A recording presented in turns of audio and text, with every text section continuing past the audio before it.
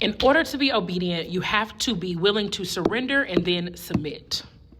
A lot of times we talk about surrender, we stay in that quite a while, right? Trying to even figure out what does that even look like. But the next step is submission. And a reason why myself and a lot of people struggle with obedience is because we don't even know what submission really looks like.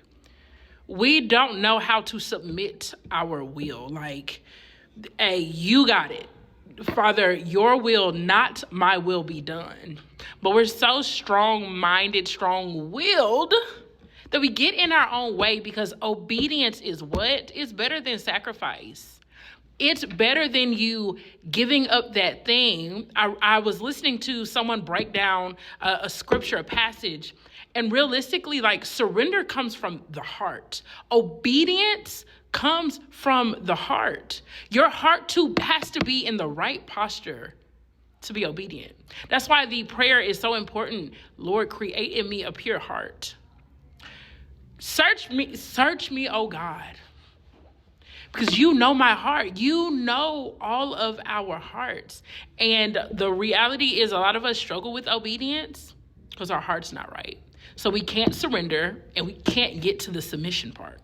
We cannot get to the point where we say, you know what, Father, what I feel and what I think does not matter. And that sounds so crazy to most people, but it literally doesn't. We were made to worship God. We were made to serve God. We were made to do the work that God created us for. Nothing else. Nothing else. Everything else is a distraction. Everything else. Literally. So if you want to be obedient, ask God, Father, I'm struggling. Maybe I'm stuck at surrender. Maybe I've gotten past that. Maybe I'm to a point where I'm ready to release. You ever been on your knees just crying? Because Father, like, hey, what do you need from me? Then when it's time to submit, we don't know how to do that. Because we haven't been practicing that in real life.